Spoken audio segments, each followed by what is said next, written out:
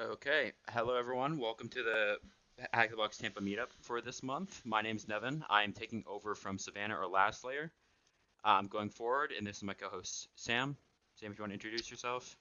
Yes, my name is Sam. I'm currently a graduating senior studying cybersecurity, and I'm doing a lot of work with AWS currently. I'm going to take my solutions architect associate soon, and I'm also been studying for my OCP for a few months. So Awesome. To also introduce myself, I'm Nevin. I work currently in incident response. I have my OCP exam in like 2 months ish. But going from there, we're going to be walking through force today. If everyone that wants to participate in this stream, we have a meetup lab. If you can DM me or email in the Hackbox Tampa Meetup Discord, so that we can get you out of the lab and sort of allow you to sort of walk through the box with us. If you do not already have an account, so we're going to take around 15-20 minutes to get everyone set up. So reach out to me or Sam in the Discord. My name is Slangen. Sam is Furio. We can go from there, and then we'll introduce our guest after this time. But in the meantime, feel free to reach out while we get everything set up. We'll be back in roughly, say it's 12:01. We'll be back around 12:16.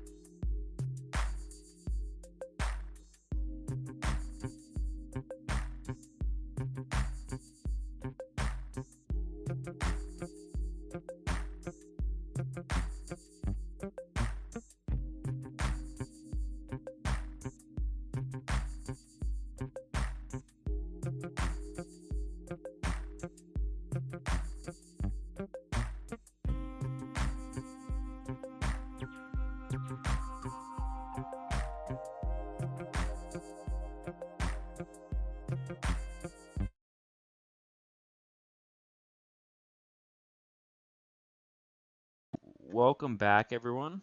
For those of you who reached out to us, you should have access to the Enterprise Lab now. We'd like to introduce our speaker for the day. His name is Tony. If Tony wants to sort of give some more information about himself, you just go from there. All right, thank you, Nevin. Well, hello, everyone. My name is Tony. I am currently studying at University for Cybersecurity, and I am an associate pen tester at Optiv, and I've been in InfoSec for a little over a year now. If it wasn't for Nevin and Sam, I wouldn't really be where I am. But today I will be going over Forest, which simulates a Windows domain controller that also has an Exchange server installed, and I will be gaining a foothold through a service account misconfiguration using ASREP roasting, and eventually leverage Exchange and group membership to escalate my privileges. So, thank you for having me, Nevin. Of course, of course. If you can share your screen, Tony, we can just see if they can see everything, and then we'll let you go, get started. All right, absolutely. So let's present. And once I share, just please let me know if everything is good. Let me see this. Yep, we should all be good to go. All right, so It's I'm just all you. gonna, We'll awesome. be I'm just we'll be in the gonna, background. So yeah, no have fun. problem. Thank you. All right, so for those who are unfamiliar with a domain controller, just want to recap on a few things. It's a server that manages access to a network, and it basically acts like a central repository for user authentication and authorization information. It's mainly used by admins, but sometimes these misconfigurations can uh, lead to gaining a foothold and further privess. And for also anybody that doesn't know, an Exchange server is just the software that provides email, calendar, and contact management for that server. And I have make sure that I make sure that I'm connected to my VPN that allows me to tunnel into the forest, and I have the box spin up on our Hack the Box Enterprise system, and we are set to go. So the first thing, to save me some time, first I'm just going to export the IP address as a target, so I'm not wasting time typing out the whole IP address. So target export target equals, and then from there just copy and paste. Now, if we want to check, make sure it's set, we could check our environment variables and make sure that that variable is set to the IP address. All right, now let's clear that. And so I'm going to run some tools that people might not be familiar with, as opposed to Nmap. For the scan, I'm actually going to use RustScan.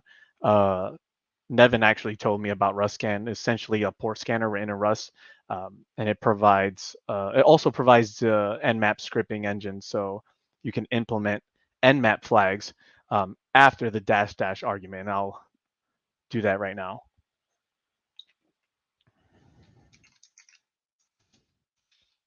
And then our target, and we can, that's the dash dash argument I was talking about, and then we can do our service scripts. We can also, just a good practice is to save your output file. This saves in Nmap, Nmap file, XML file, and forgot the last one. Nevin, can you chime in? I keep forgetting.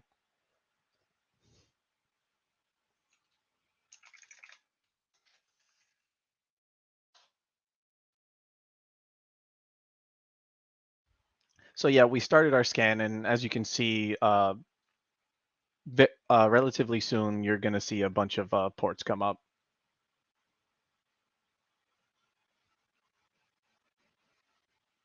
Interesting.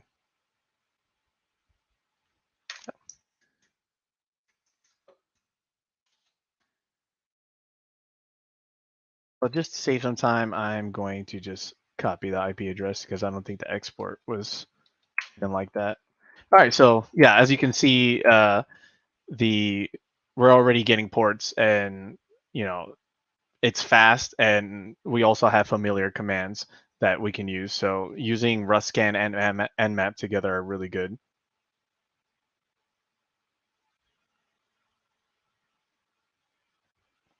See, look at that.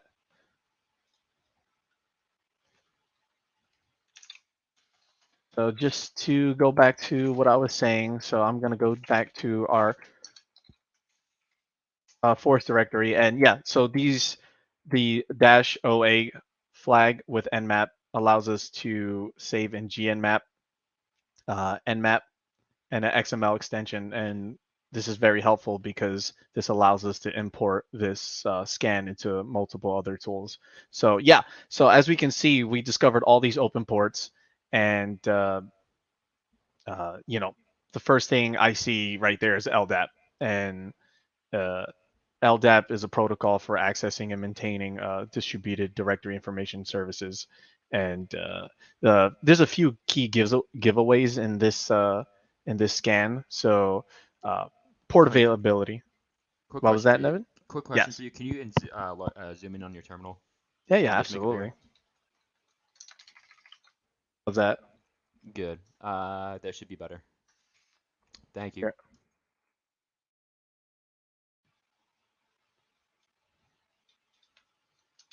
I'll just expand that. All right. So, sorry, what I was saying. Yeah. So there's a few key giveaways. A few things we can target looking at these scans. So, the first thing that catches my eye instantly is just LDAP. Uh, you know, LDAP. There's a few key giveaways on port 389. You can see right here that it is open. Um, you know, and once you further scroll, you can look at the service banners and see like, hey, what is this service using? And we can further here. Let me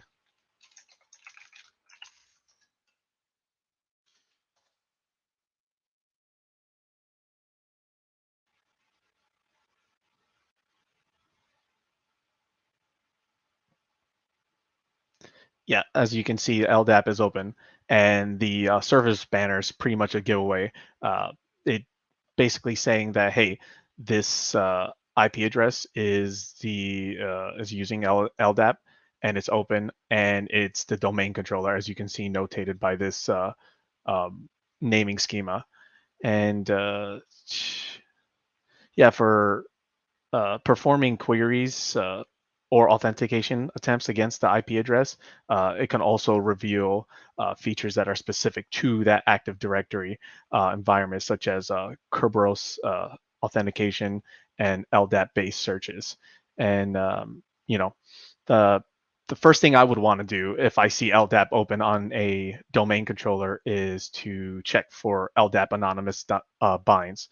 And well, LDAP anonymous binds are a type of connection to an LDAP directory server, uh, and this allows the client to connect without, providing any authentication credentials. And this is pretty common for servers to be misconfigured in this way. So, for this, just to make my life easier, I'm actually going to use enum for Linux. So we can do enum for Linux. We can just grab that IP once again. And then I want to save the output. So let's just use T. And let's call it forest enum, enum for Linux. And for people that are not familiar with enum for Linux, it's a tool that enumerates information from uh, not just LDAP. It does Windows and Samba systems, and it'll gather information such as user accounts, shares, and pretty much any domain information uh, that can be used to leverage your foothold onto the system. And it performs right now you see it's performing a series of queries against the directory to gather information such as um, the directory tree. And these types of objects and attributes are stored in this directory, and the names and properties as well. So as when this is finished, we can look through the output and see like, hey, what information is useful for us.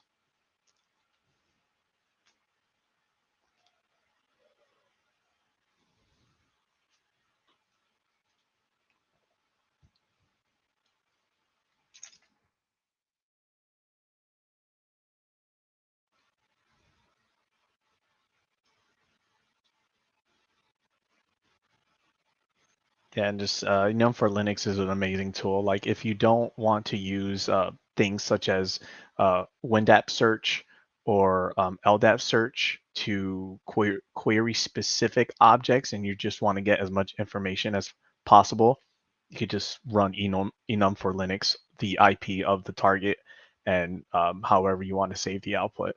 So uh, it's almost done, but I can. Oh,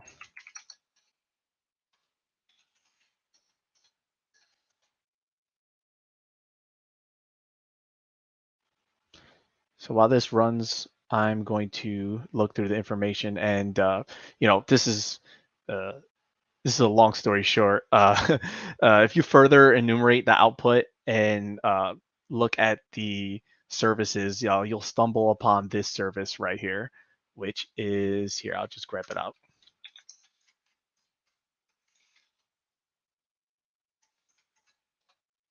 So yeah, if I grep out this service account, uh, this specific service account actually has a misconfiguration that makes it vulnerable to ASP roasting. So something like this is you'll just pull out Google, type in SVC, let's go.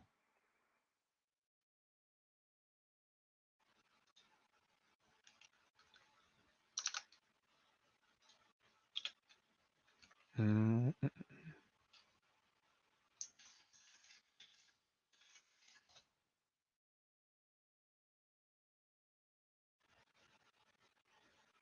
yeah, wrong fresco. Al fresco. Whoopsie. I think if fresco is a restaurant. Yeah, so these are one of the documents that is associated to setting up that specific type of service. And you know, just to save some time, instead of reading this entire document, if you scroll down, uh, down to about,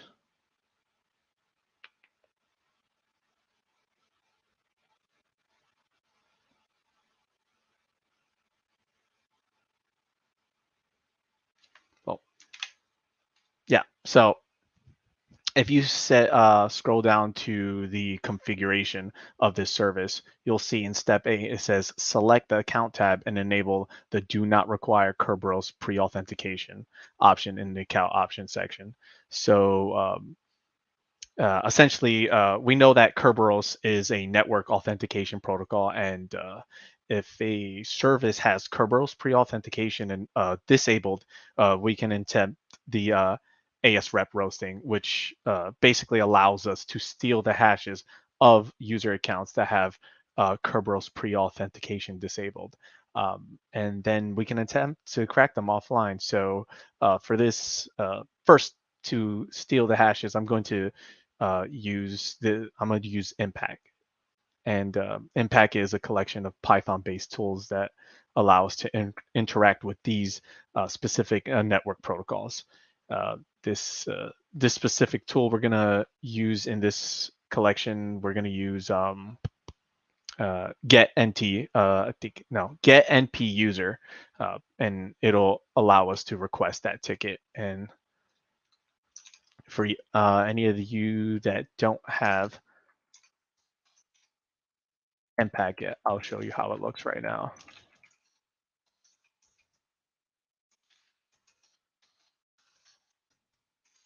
And this specific tool is going to be inside the examples directory.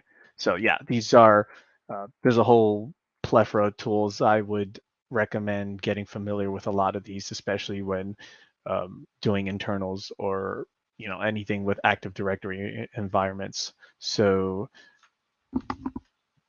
all right, so for this, I'm going to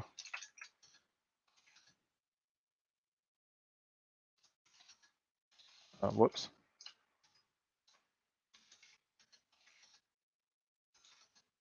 So I'm going to specify the tool. I'm going to specify the domain, and the service account that we will be attempting to do this for is going to be CVS Alfresco, and now we have to give it the DCIP.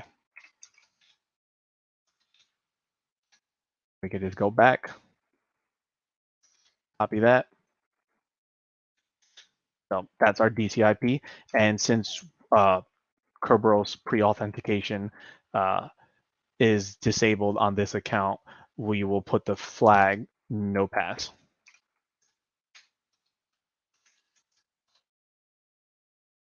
And look at that, we have the hash. So the hash, I'm just gonna save that. That's something we need to do. Go back to our force directory. And let's call it force hash.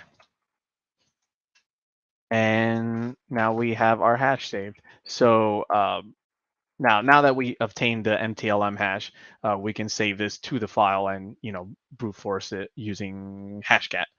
John the Ripper is also another tool, but for this I'm going to use Hashcat.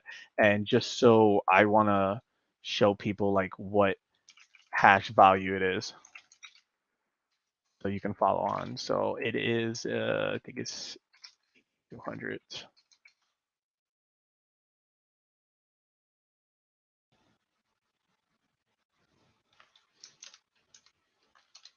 Whoops. All right, so yeah, Kerbals 5, E-type 25, so ASP rep. So yeah, we did our ASP rep roasting, and this is what the value we were add to our hashcat flag to crack that hash. So let's get started. So I'm going to do hashcat -m. That is a different one I did. So 18200. The hash file is going to be force hash, and then we are going to specify the rocku.txt. So basically we're brute forcing it with a word list and that specific algorithm. So let's do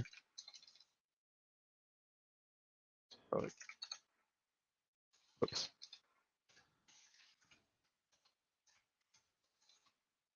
User share, word list, and rocku.txt. And so now when we do crack it, we need to output it to something. So let's do the -o flag and call it, I actually like this name. Let's do cracked forest.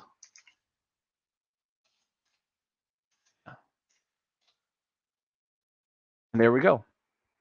As we're cracking that hash, kind of just, we can just continue to look around any, while things are cracking, we can just look at any other information that allows us to gain privileges if this was like a different environment or if there was other paths. But since this is hack the box, mainly you got to take that one path. So yeah, as you can see, for the status, we have cracked it. It shows the hash target, the mode we use, and a few candidates, but that's not what we're looking for. So as as I previously stated, we saved it to cracked. So if we add out our cracked file, oh, right there, we can see that we got our password. So yeah, I mean, now we have the user for the service account username. We have the password, and this basically allows us to get a foothold. Just for keepsake, if you look back at the nmap scans here, I'll put that up right now.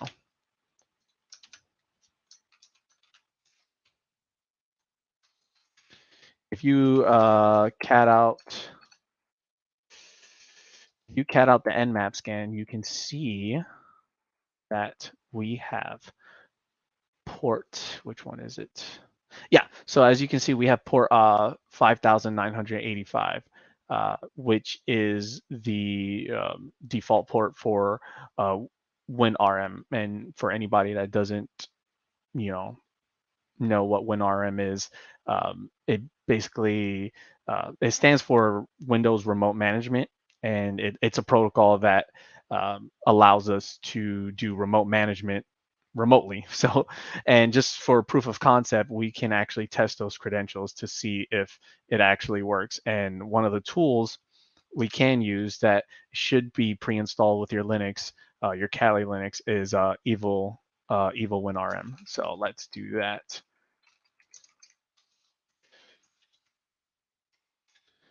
-I, we can specify the IP. Just grab it. And yeah, as you can see, I did this box before. So yeah, as a proof of concept, we proved that, hey, these credentials are still valid, and we actually logged in remotely to that user account. And if we just ls, oh, I guess not. If we can just cd back and ls, yeah. So right here we can see all the folders that we have access to, and we can snoop around, and we can spend a few minutes or however much time enumerating or looking through all these folders. But just for time's sake, I just want to let you guys know that if you go to the desktop,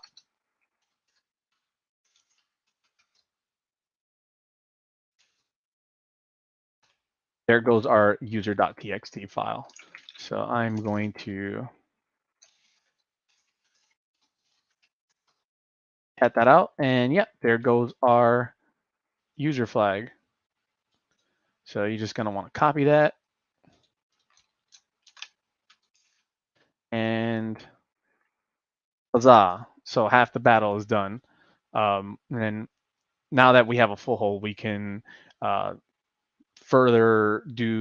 can do further enumeration. We can use Bloodhound. Uh, Bloodhound basically it just visualizes the domain for paths of Privesc, and it information gathering and analysis of that Active Directory environment. So if there is something I want to reiterate. There is a few things that you actually have to do before installing Bloodhound. I'm not going to go through every single step, but if you go to, oh, that's a dog. So if you go to Bloodhound install,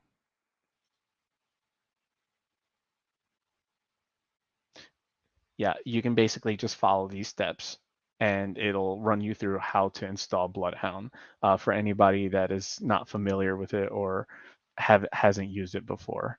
But I am going to pull back a little bit.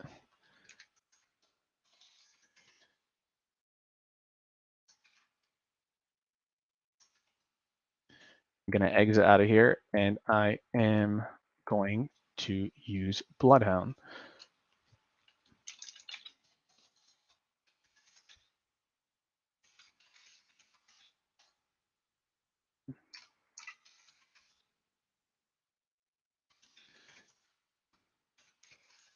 Specify the domain.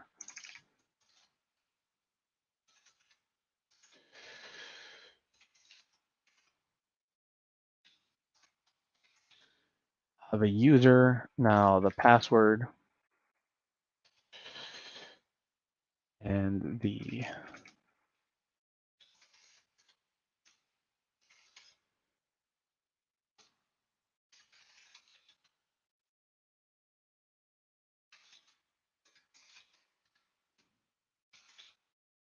then we could specify the name server, which is the domain controller.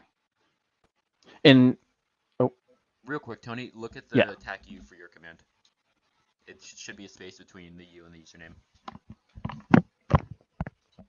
So it should be U space, just so it doesn't error out. I got you. There we go. Thank you.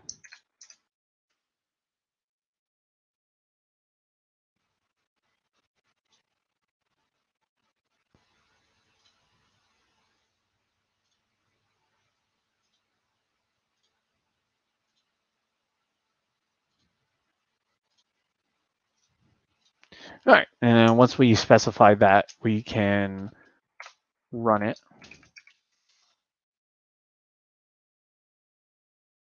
As you can see, it's running through its queries, and let's see how much we can enumerate through it.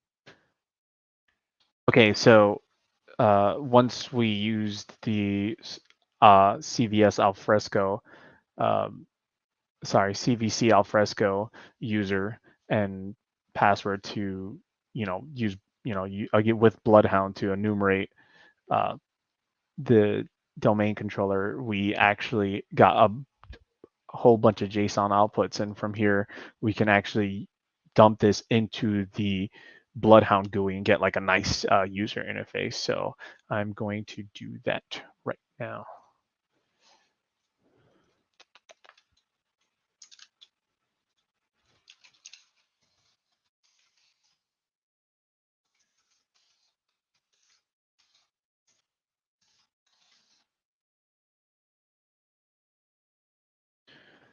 All right, so in that, if anybody is still going through the installation guide of the Bloodhound, um, just want to let you know that remember your password if you do change it.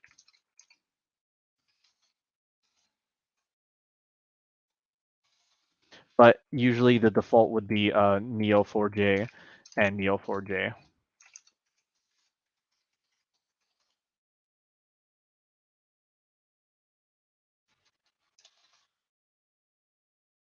Mm.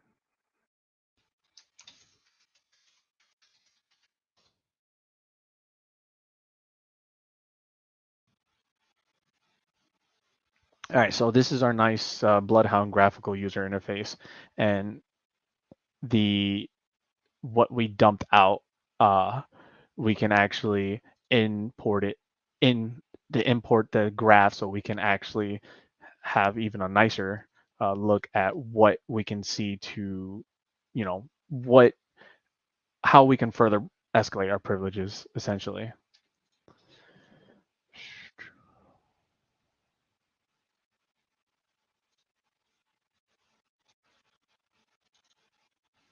And for this,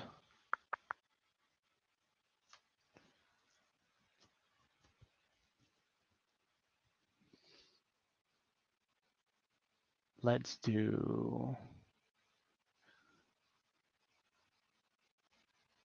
just do groups.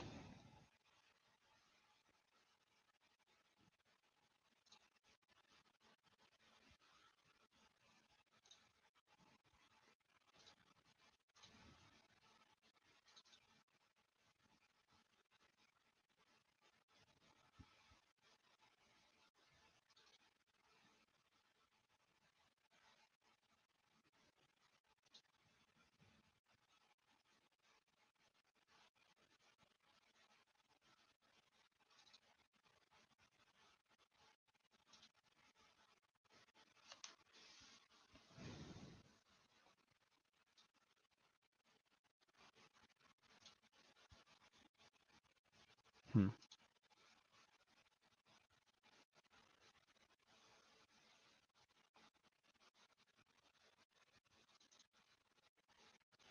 So the graphical user interface yeah, should be coming up. Okay, there we go.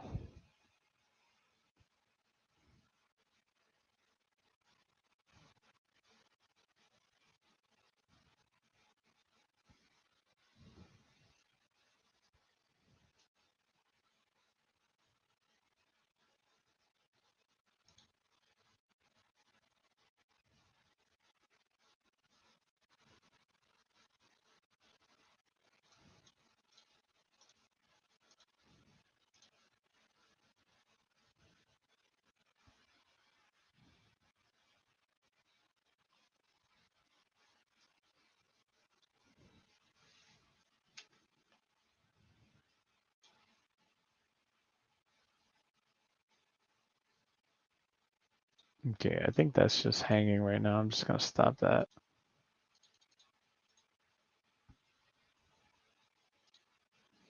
So this is why I like using Bloodhound on Windows.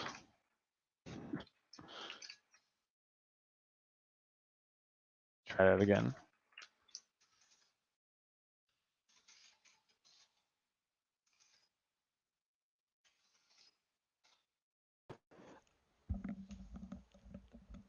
Tony, something else to try is to upload all those JSON files, and then just query the domain. So do what you're doing. You just only uploaded domains. You didn't upload Oh, okay. all the rest of them. Yeah, so So another cool fact is if you open up your like file explorer, like the GUI for the files, mhm. um, no, like in Kali, like I don't know how to describe it, Oh yeah. the GUI, that one, Mhm. and then you just go to where those files are downloaded and just drag and drop. I did not know that. You actually taught me something new. Thank you. Let me see. So I used it inside the forest directory. Let me see. You see all those JSON files? Just Yeah, I drag should and just be able to drop them. Yeah. yep, and then There just we do it go. for every single one. Okay, cool. Yeah, I wonder, just wasn't really working now. Okay, cool. Nice. Thank you, man. Okay, yeah, no worries.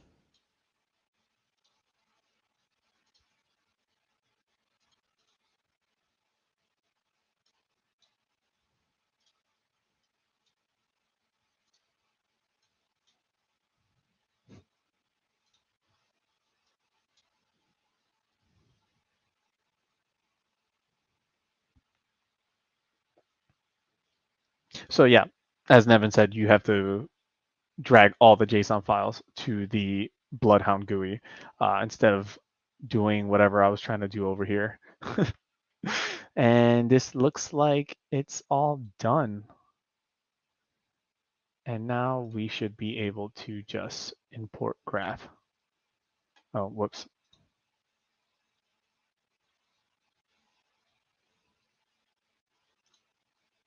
No.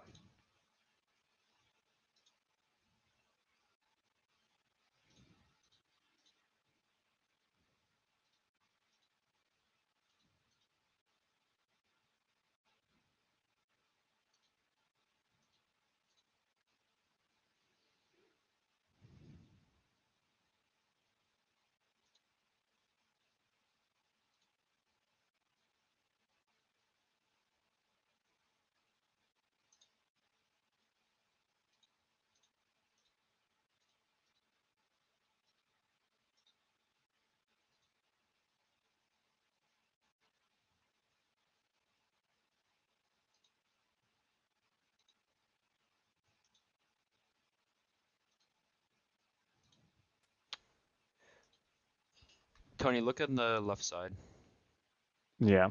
and then hit that, and then it should be Mhm. analysis. If you scroll down, there should be. Let me see. Make my screen bigger. Like find shortest path to domain. Like if you click Yeah. one of those, Yeah, it should be. So I'm looking for,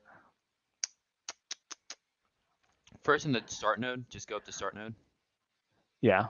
and type one above and type domain. Interesting. Yeah, I don't. Let me see. Here, let me just, no data returned from query. Okay. You Huh. should be able to see. Go back to the Bloodhound and go to database information and see where if there's anything in there. Yeah.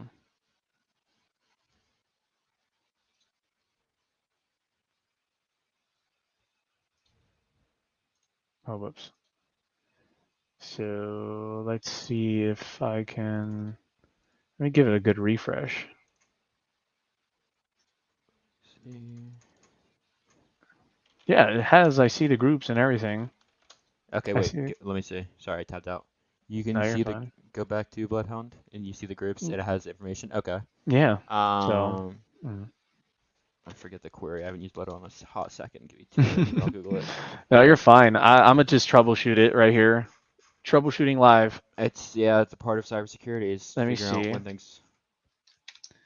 Let me see. What can You I should be do? able. No, go back, because if you have it imported, there should be a query thing on Bloodhound. A query tab on the top left. Yeah, here. Let me just log back in.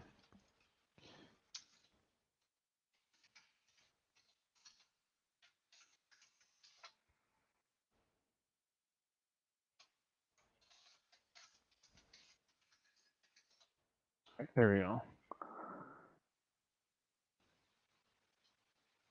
There you go. Go to There we go. yep, and then hit the pancakes. Mm-hmm. The you know what I'm talking? No, no, no, up top left, top left. You know, like the pancake. That's the bar. Oh, There you go. the Those are the I call it the pancakes. Those are the burger. I call it pancakes. the burger. Okay.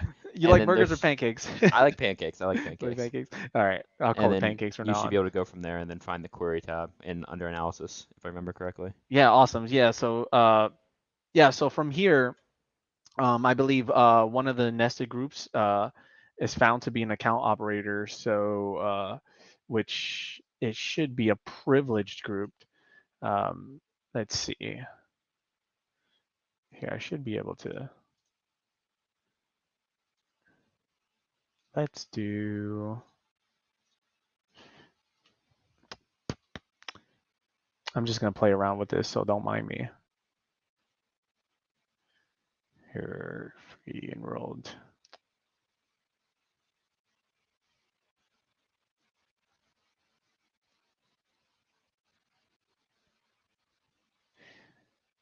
Yeah, shortest path to high value targets. That's exactly what I want to be.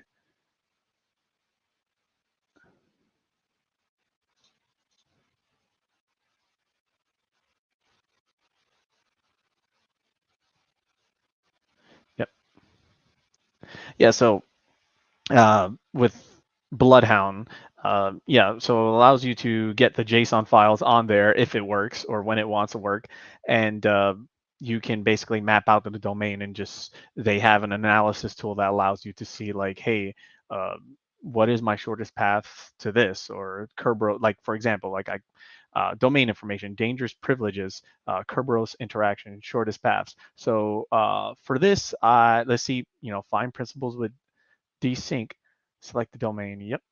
Oh, look at that. So with this graphical user interface, you could just pretty much do, I mean, whatever you want. So for this, I'm going to do shortest path to high value targets. Where was that again? Yeah, there we go. And then just select the domain. And holy cannoli. Okay. So change Windows permissions right now. Exchange Windows permissions. Hmm.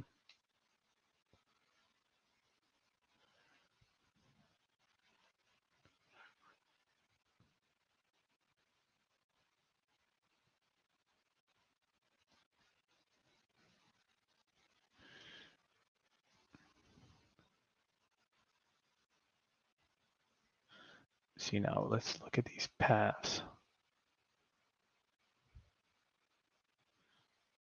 Okay.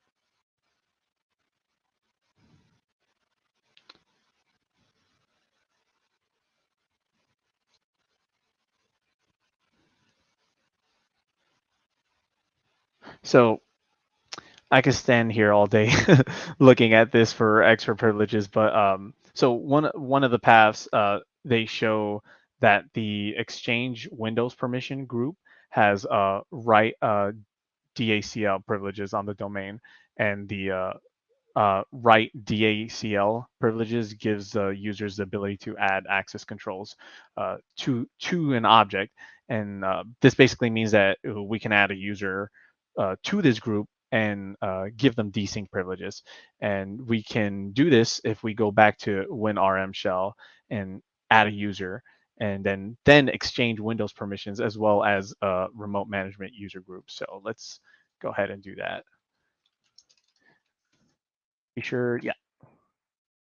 Now with this, I think I do want to find the user. I believe it was, I see the right DLC.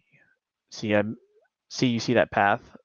So group collar sheet creator. Yeah, I'm pretty sure this is it. Enrolled. Now we could find enrolled members. All right, who is the enrolled member? Hmm.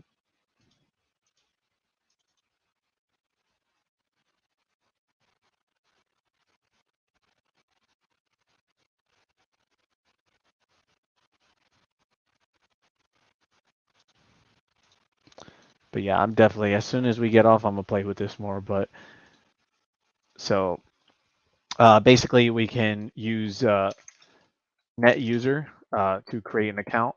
We're going to, let's name it Nevin. And then we're gonna give Nevin has bad passwords. So let's go, let's call him, put his password. And then we can add him to the domain and see if that allows us to, hey, look at that. So yeah, now we created a user. Now let's see if we can add them to that, like what I talked about earlier, the exchange, give them exchange Windows permissions and add them to the remote management users. So let's net group. Yeah, so it's exchange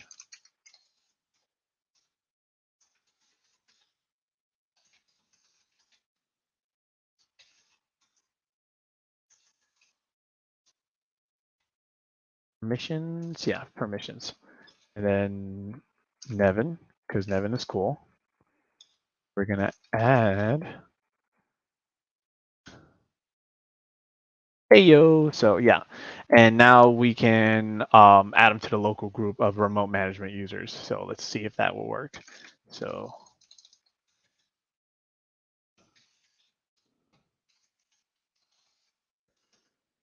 group the management. Oops.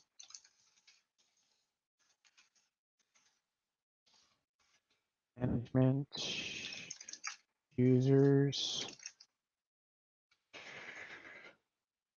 Nevin and add.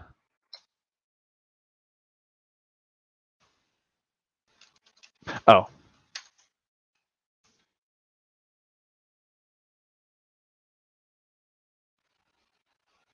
Hmm.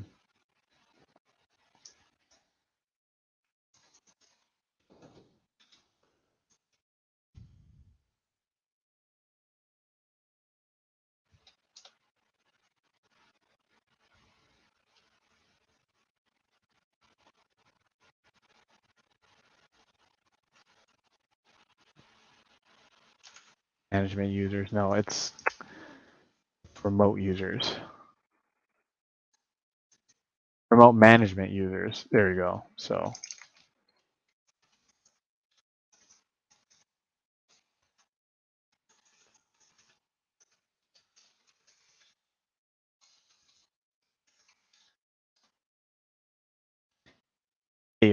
so so now let's see if we have the privileges.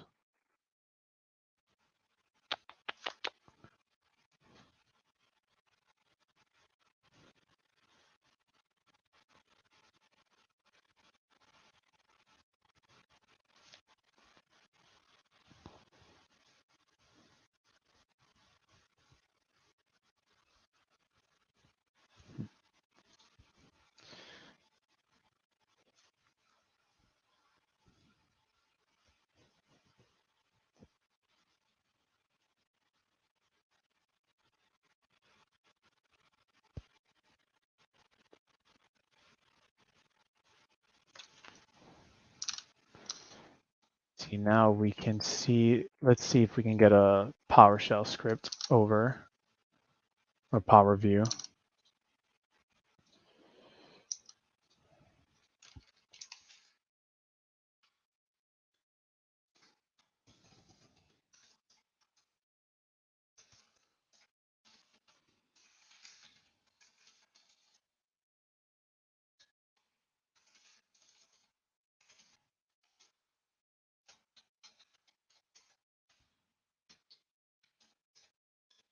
Sorry, I'm just having cat block problems. Stop.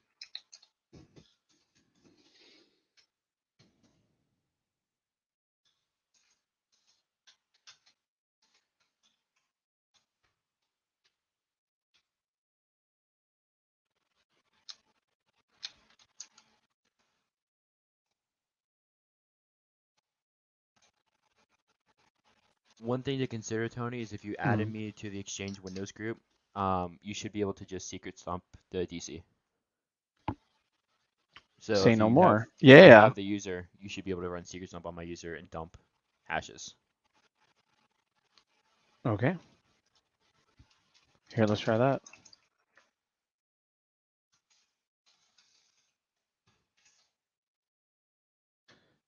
Yeah, I'm having my cap locks are just stuck for some reason, but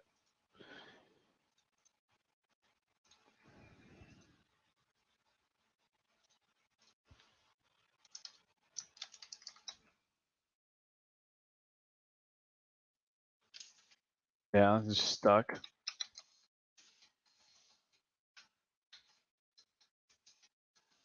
Yeah, my cap locks are just stuck. That's fine. I'll just open up something else.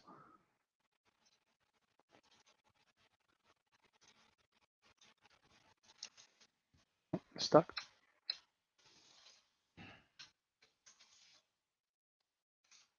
All right, there we go. Unstuck.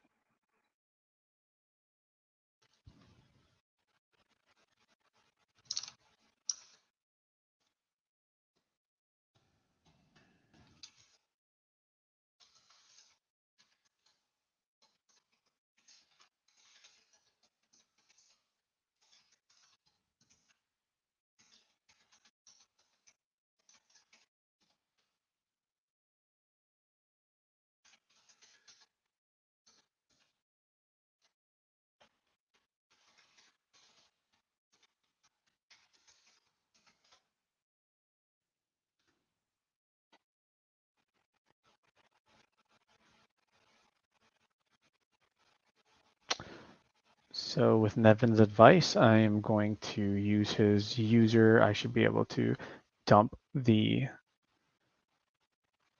hashes from the domain controller.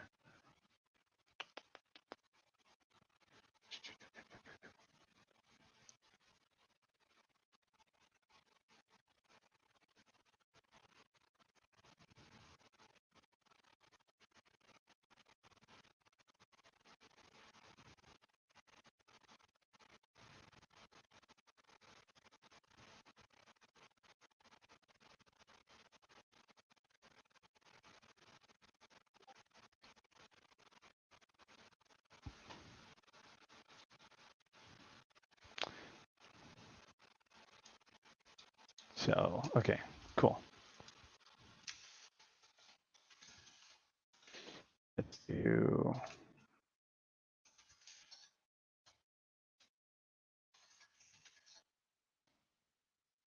secrets dump and then good old Nevin. So, and then his password was password because he has good passwords. And all we have to do is give it the DC IP and we should be able to dump those hashes, hopefully.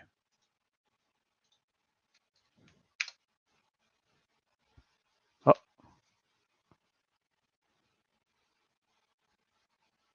okay.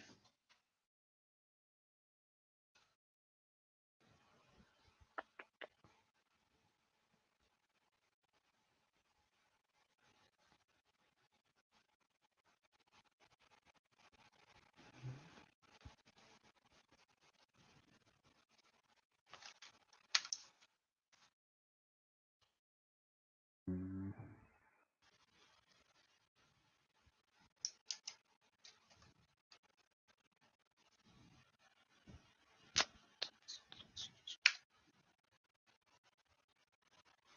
One thing to consider, Tony, is to add your current user, so SVC Alfresco and not a new user, into the Exchange windows. Okay. And see if you can do it that way. Because it might be finicky with trying to dump a new user. Okay.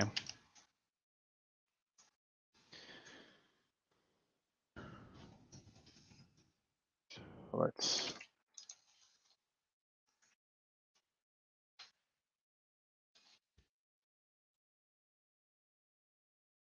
So if that's the case, we can just add them to the domain.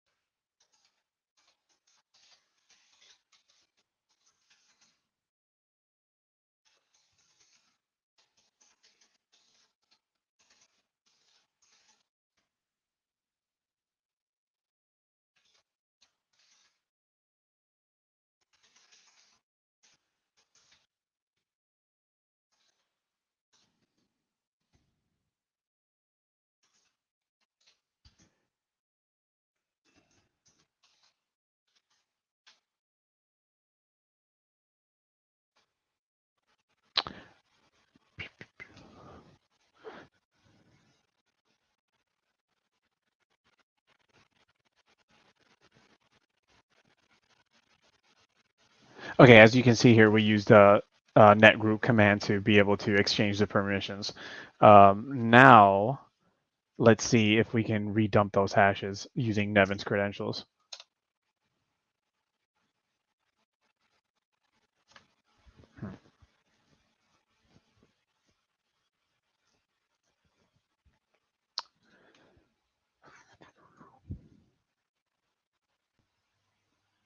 Oh,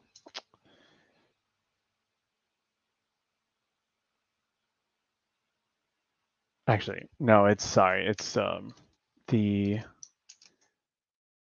it should be the service account credentials.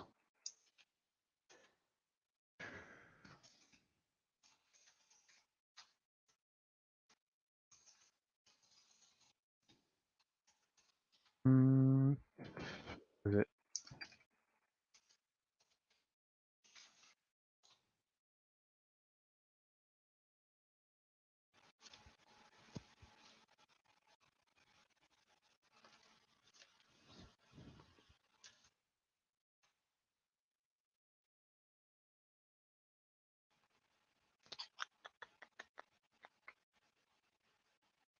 Nevin, you got anything, bro?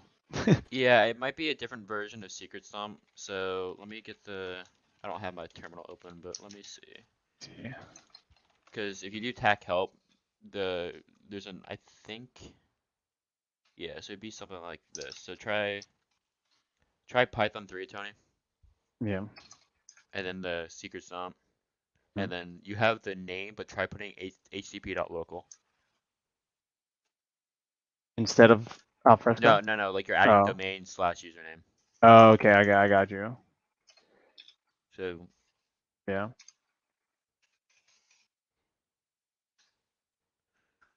And and then SVC alfresco because it's a service account. oh, yeah. Password at IP and try that. You have the SVC before the HTTP. Okay, I got you. So it's just gonna be. No, no, no. You had it right.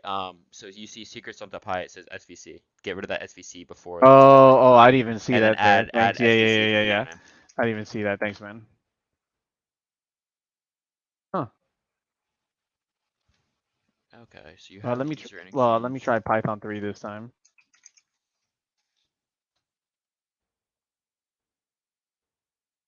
Interesting. Okay. Oh. Try the. There's also do the attack helper SMB. Or sorry, secret stomp. Yeah. Should we just? I mean, wouldn't it be easier just to get a PS1 script over? Just run PowerShell. You can run PowerShell too, but just try this real quick Yeah. and see. There might be a DCIP. There is a DCIP. Um, so there's a DC and a target IP. So try Try the instead of add. DCIP flag. Yeah. Okay, got you. So let's do what is it? DC-IP. And yeah, let's see. Okay. I mean, we're Error getting somewhere. detecting. Um, Hmm. try it might so it might be because you have address and then the username and password. So try moving the DCIP before, Oh, okay, I got you. or get rid of the domain because you just want to try and hit the IP. Yeah, let's try the domain. Go to the domain. Cleaning up Hmm. root error name or service not found SVC service. Yeah, Tony, try switching around the IP and the creds. So put the IP before the creds. Got you. This is a troubleshooting Hmm. 101. You gotta love Privesc. Yes, you do. So DCIP, and then let's just go back, make sure we got the correct IP.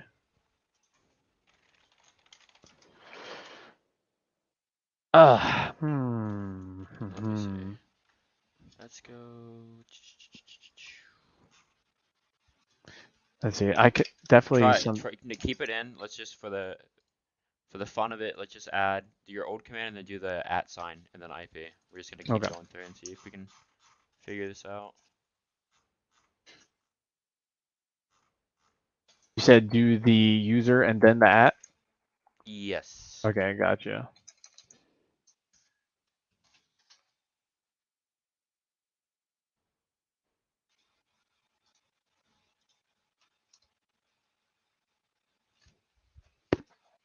What is going on? Let me see. How about just DC?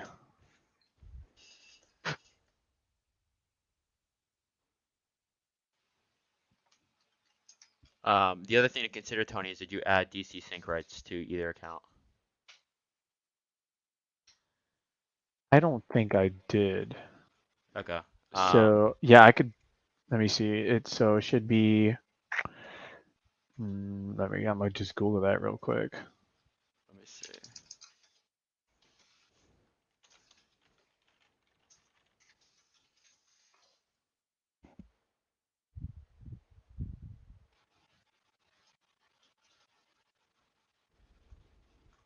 But I think the smart move, as you were getting earlier, is pulling over the PS1 script Yeah, that would probably and just going from there and just that. making life easier so you're not using net commands for Yeah, groups. that would definitely be easier. So,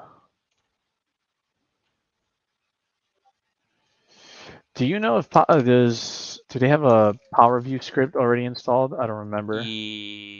It's Power Sport, I think. You can check in Kali. It's under User Share Windows Resources. Let me see if I could just Power View. Oh, that's not gonna help. Let's do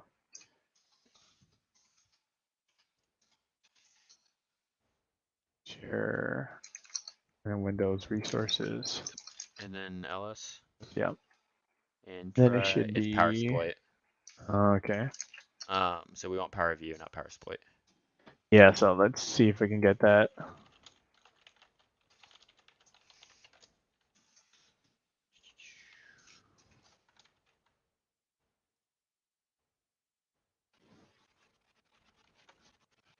I will. Oh, this is the raw. Cool.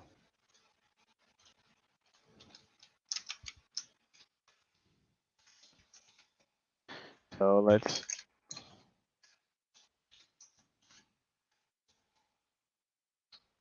and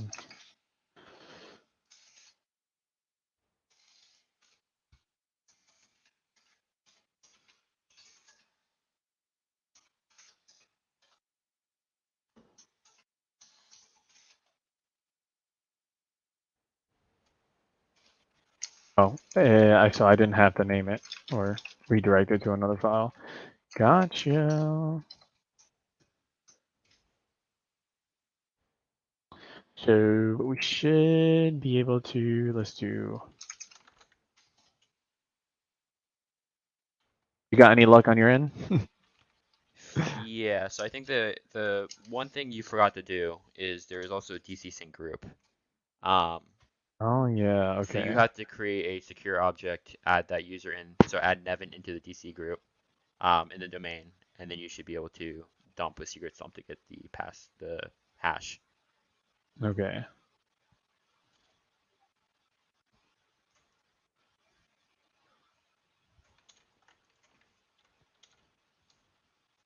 Let me see. So go with that, and I will be in the background if anything else happens.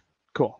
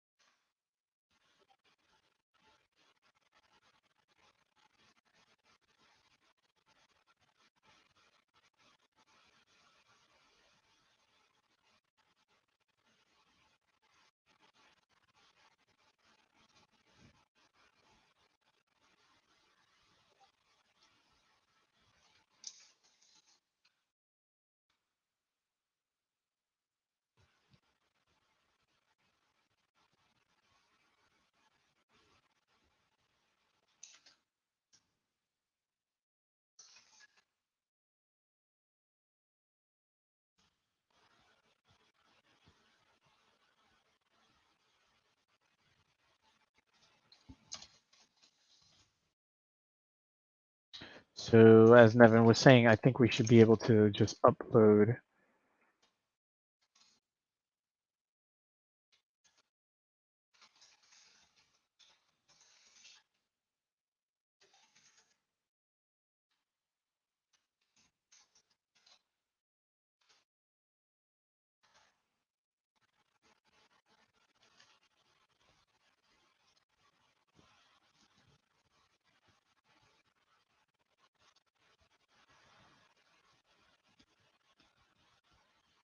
Try using wget Tony and just pull it over with that Python Yeah, I'm script. just gonna do that.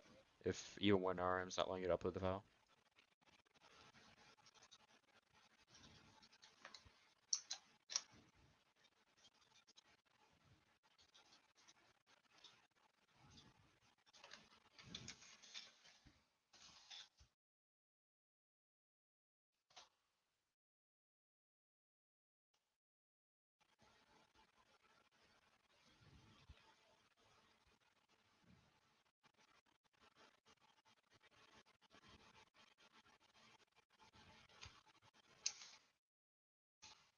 Try it. So Tony, go to your where you have it locally Yeah.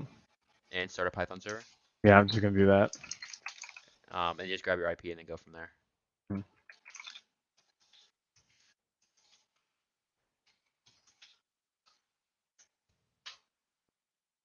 There you go. We get. Let's do.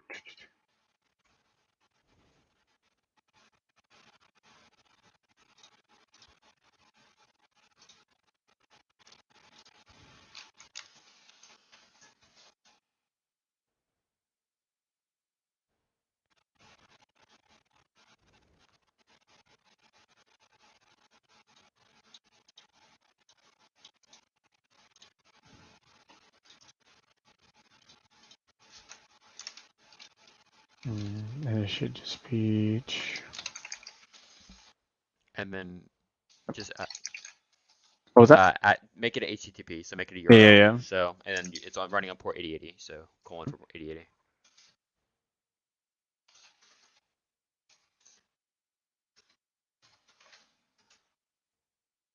yeah. And then just yep, and then just add 8080 Yep. and you should be all good to go. We should be good. Yeah. And in front. So 139 colon 8080.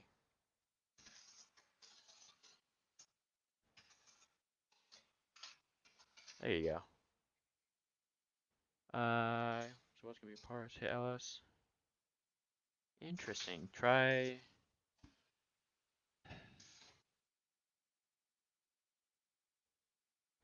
Can I just pull it over here? Let's Yeah, see. but you can also. It doesn't have wget, Tony. Um, you can try invoke. You can try invoke web request with IEX and PowerShell. Oh, okay. Or Okay, I start got you. Yeah, okay, got you. So, Um, let me see. oh, it's not typing. Okay, here we go.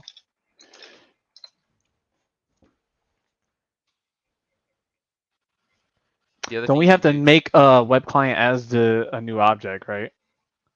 the web client as a new object. No, So but it would be, then it'd be, hello, X. Oh, it would be a IEX, new object. Tony, the one thing you can have to reconsider though is okay. So we have my user added to the Exchange group, right? If you run net group, just before we even transfer anything, let's take a step back and go from where we're at. So we know my user's in the net group. All we have to do is add the user to the DC sync group, right? Yeah, we could do that. You don't even know PowerView because PowerView is just using it to enumerate. I can't speak English. Enumerating users in groups. Okay. So let's just focus on adding my user to the actual group, which can be done completely through PowerView, or it should be able to be done through. Pardon, I can't speak. Net. Okay, so should be net. So I'm just looking.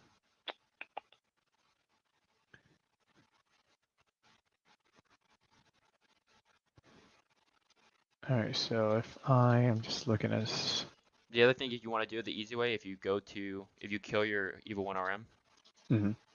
and just log out as SVC Alfresco and CD to the what's it called? The library CD on your local host to where PowerView is, and just upload it that way. So CD ls and then do Evil 1 RM from that terminal in that directory. Okay, I got you.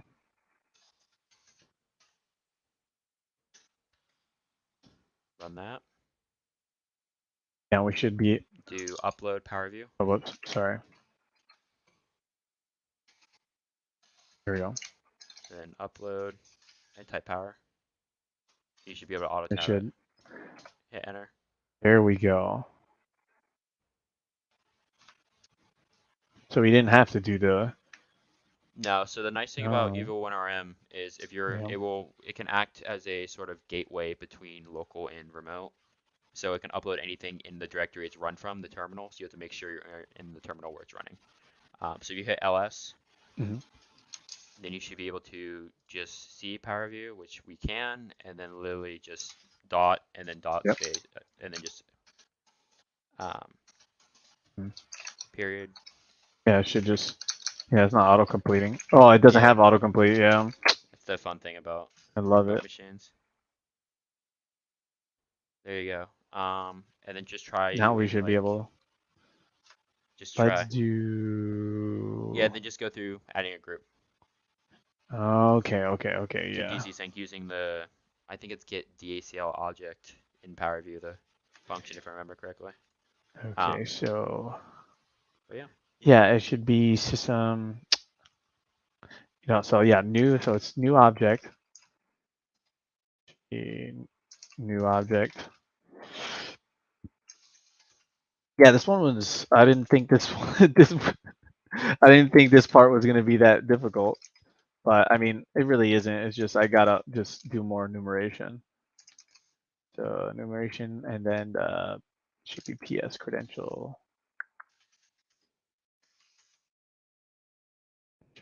And we want to specify the hack the box domain, and then Nevin.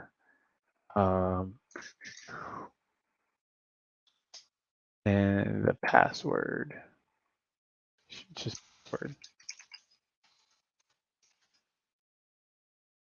Close that, and then. And I'm. So Tony, you're gonna want to set that as like you're gonna want to set a variable, right? Yeah. With your password. So you want to do like Oh, dollar it's sign like password or whatever, right? okay. Or cred. Oh, I got you. So it's gonna Yeah. be got you.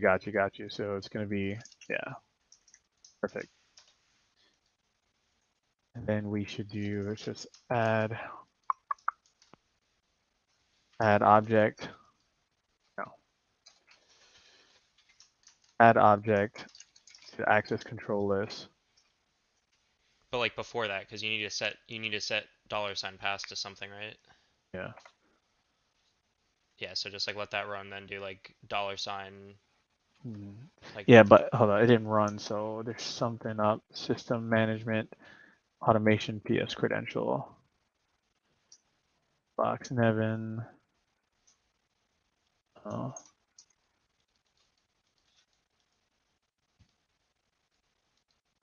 because you're trying to run dollar sign pass, but you don't have it like set to anything, right? oh, yeah, I don't. So let me.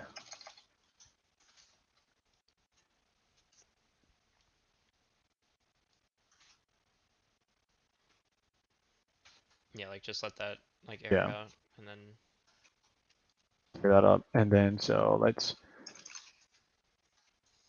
convert to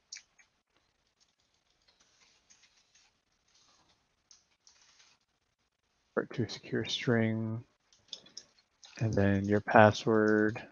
Well, Nevin's password is just password.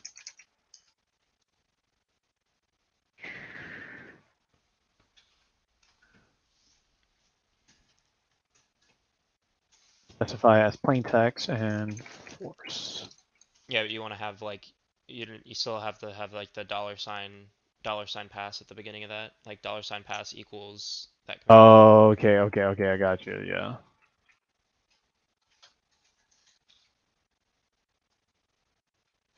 It should be like that. Yeah. The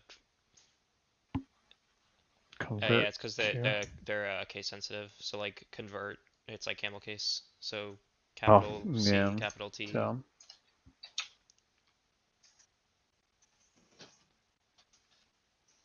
And it's you also typed it had a typo in like the secure part.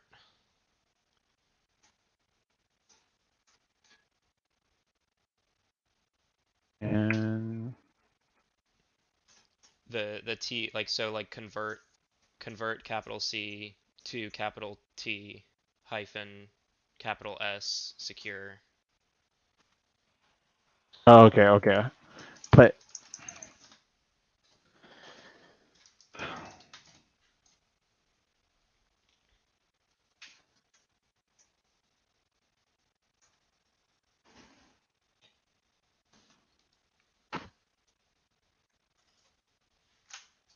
capital C, capital T. Then secure and then string. You should be able to hit autocomplete, and then just hit tab. It should fill. Yeah, it's not. Um, There's also yeah, a T again. Yeah, you gotta delete the T. Oh yeah. Yeah, there you go. So we should be fine. you As need to plain fix as enforcer plain. also. Holy Yeah, cannoli. There we go. Jeez. Oh, this worked. All right, I guess it did work. All right, now let's create the object like we said we were gonna do. So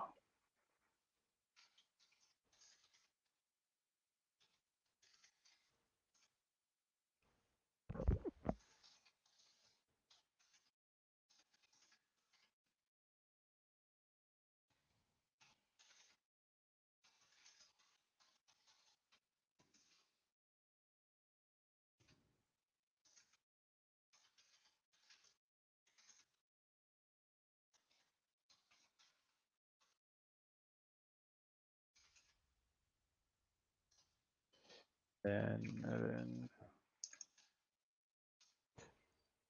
The one thing you have to remember, Tony, is everything in PowerShell, so you're going to have to set this as a variable as well. okay, And also remember case sensitive. gotcha.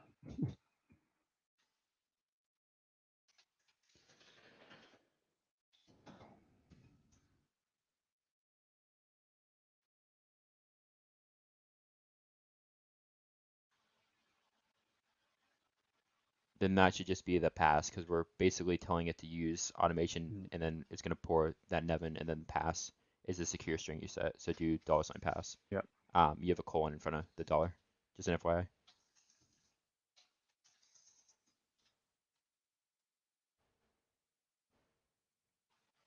And then Um, it's because it looks like the case sensitivity. So you're going to have to, really so. everything needs to be capitalized. So like new object, Okay, stuff yeah. like that. It's the finicky thing Yeah. with PowerShell.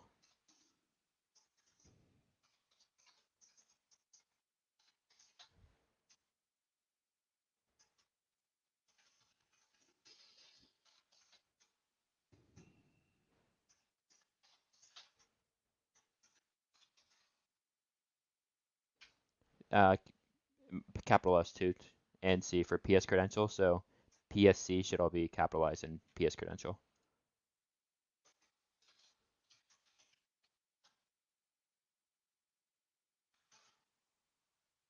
Interesting.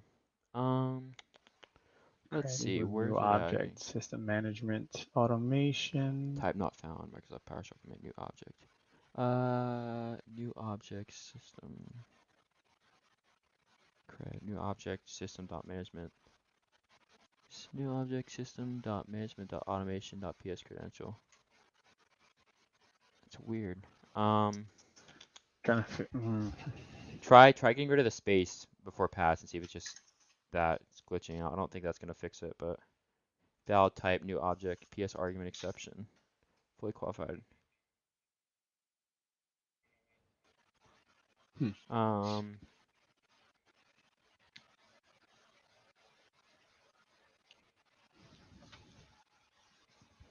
try taking away the hyphen in new object because it's airing out a new object and I don't know why it's airing out a new object. Okay.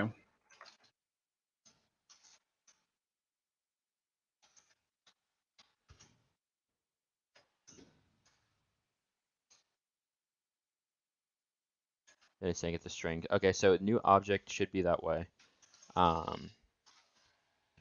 Let's just System management, can, automation.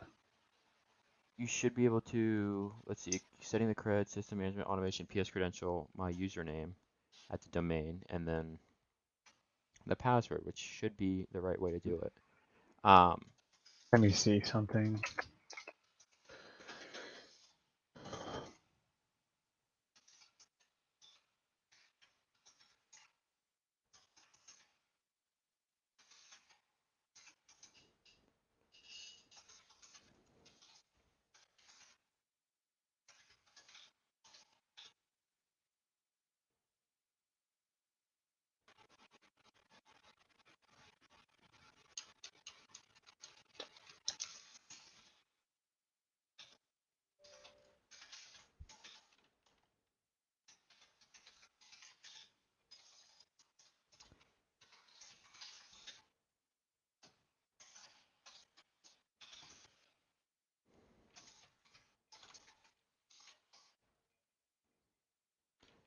It's still airing out a new object. Let's see. Can you move your terminal to the right, Tony, and make it larger?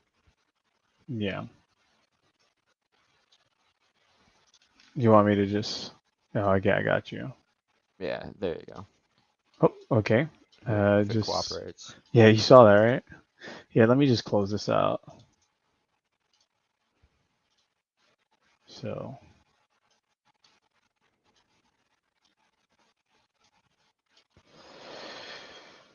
Okay, let's just take it back to the beginning. So let's create a new variable, set a password, try and create the secure object, and then add the rights.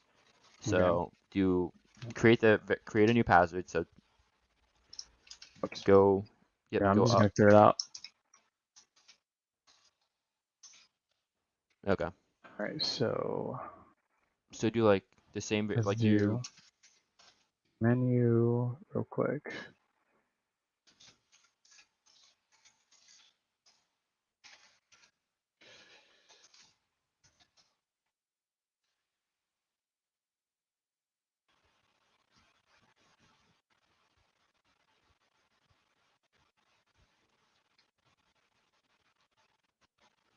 All right, so do we still have power view? Yes, we still have power view. Okay, now let's set the variable again. So pass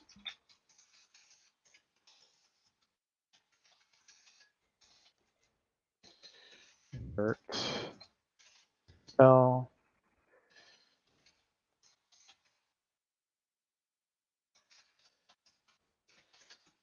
secure string, and let's do Nevin has bad passwords, so let's do password.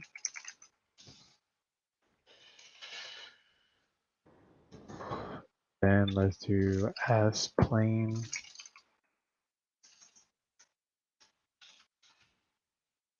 one thing to consider, Tony, is make it as plain text, and it's gonna be capital A, capital P, capital T, and also Yeah. force is capital as well. So capital F and force,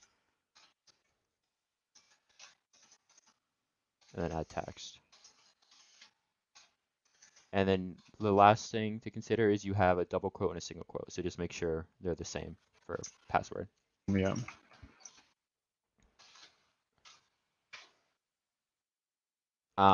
So hit up arrow, Mhm. and then you see pass is a hyphen instead of a variable, so an equal sign.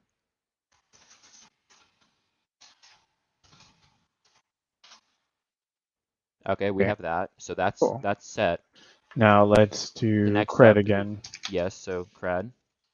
Cred should be equals new object. Remember capital. Yeah. It's PowerShell. Yeah. Right. And it should be what system. Yes, system Yeah, system. It should be system management. And management. yeah, memory. Oh, sorry, my finger slipped. Management. Dot automation, and then dot PSC credential. Then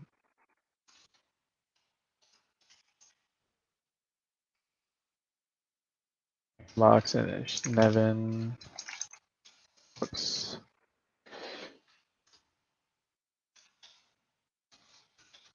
And oh, pass. Before you hit enter, let's just reread the command before you hit enter. So we have new object system.management. You forgot an E in before G and M. Oh, So there that. System.management.automation.ps credential. The E and E is mixed up in credential. oh.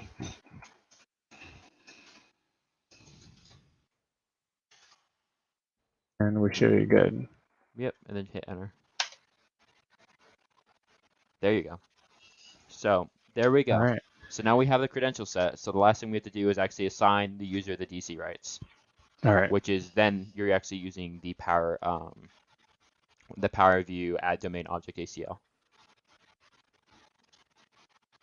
So if you just type add Yeah, let's do capital A DD, Yeah. and then it should be able to autocomplete with Power View.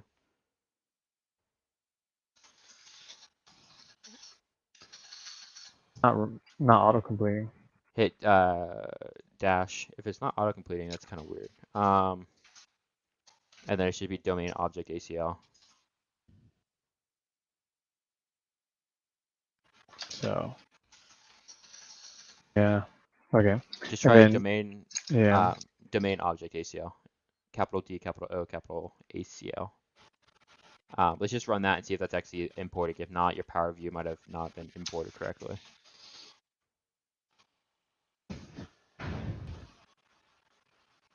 Yeah, because it should add object principal. It's add domain object. We're gonna use Power View instead of using Yeah.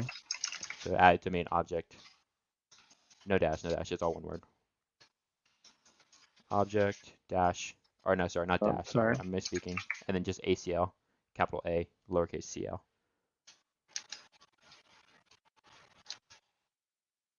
Yeah. And So hit enter and see if it recognizes it before we try and troubleshoot. Okay. So do period, your power yeah. period, space, Mhm. and then dot slash Power View. It should run. Yeah. Other way slash your own Oh yeah. Windows. Oh yeah. Windows Power View. You should be able to hit enter and it should auto. Or Oh. tab, Yeah. sorry, It does tab. not tab. No, yeah, it's not tabbing out.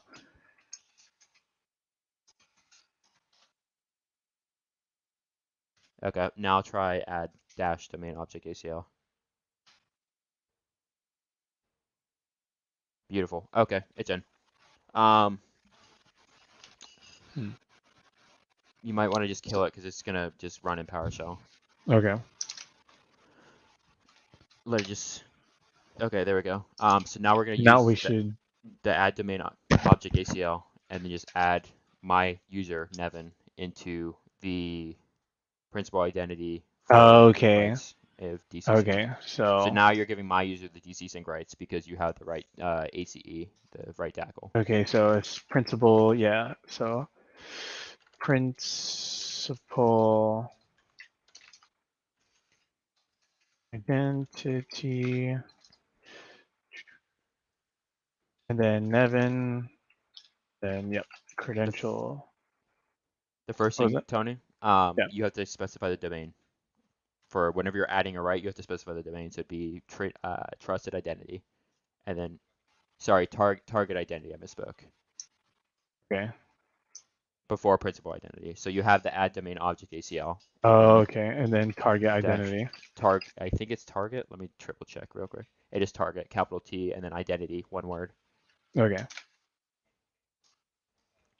D capital I as well, right? Yeah. Yes, identity, Yep. and then space. Then just hack the box. HTTP.local. No, you have to. It's Windows, so we have to specify the DC. So it's gonna be do a quick nope. You had at the Y. Do a space. Double quotations. Okay. And then do DC equals. DC No, equals. quotations, not the Oh, sorry. parentheses. Excuse DC me. equals, yeah. Capital DC equals HTTP, comma, HTTP, like Hackbox. We're setting the Oh, domain. We're setting the domain. yeah. Dot. And then no, comma. It's lowercase HTTP because the domain's http.local. And then do a comma. And then do DC equals local. Because what this is doing, it's saying the DC, the first name is HTTP and the second name is local. It's just the same format, Tony, for DC. So it's capital. Everything's the DC variable is capital as well.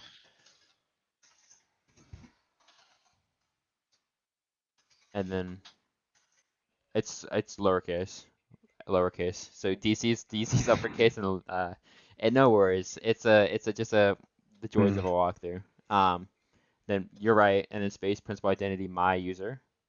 You're Yep. correct, and then credentials you're gonna pass the secure object you stored on $cred. So yeah, so it's going to be cred, and then I have to assign you the rights and desync.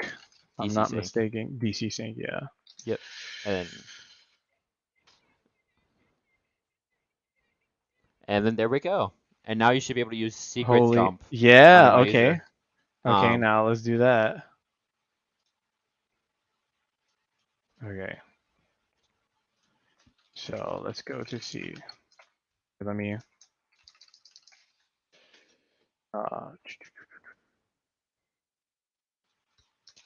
So we go to.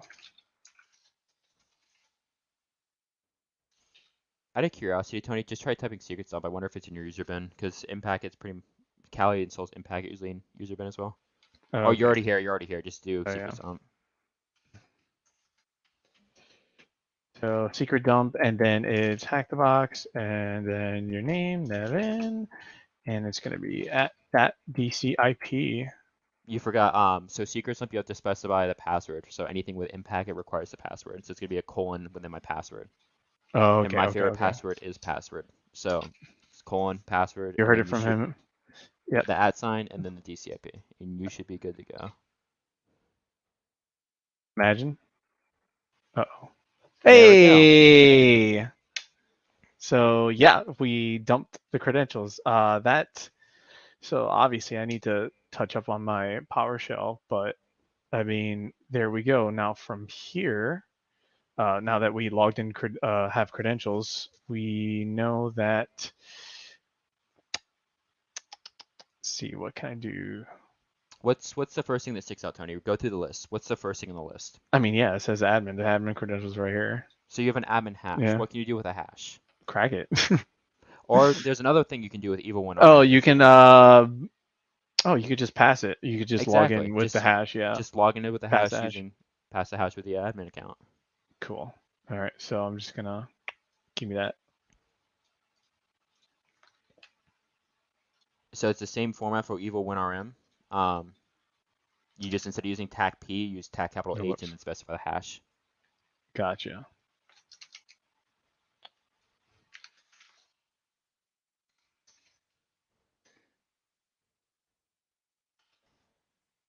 And then we can, user is going to be administrator.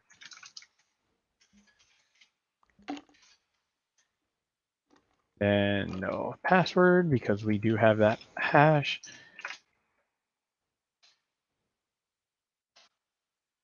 And then just clean up the hash. Oh yeah, so I have to. That's the absolute. So just keep in, take out everything except for the AAD3. Mm-hmm. Or wait, it's NTLM, right? Yeah. So it's everything after. It's everything. Yeah, right here should like. So it's the 329. So keep going because. Oh, you said keep. It's NTLM. So the actual important part is the second half of NTLM hash. So see the first semicolon where it splits. Yeah. Hold up. Sorry. So get rid of those two colons at the end. One more. And then keep going. See where it says a colon before 3 on that same line? Oh, yeah. Delete everything before that. No. Go back. Oh, everything before. Okay, so gotcha. Before. Sorry. So what you want, so NTLM hashes are broken up into two parts. The second part is the one you crack and then also pass the hash with. Yeah, okay, so I'm just gonna go back to that and then specify administrator. Yep.